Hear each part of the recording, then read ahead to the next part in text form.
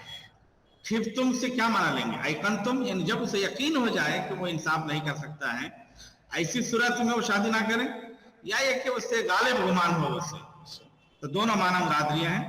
تو ابو عبیدہ نے کہا خفتم بے معنی ایقنتم.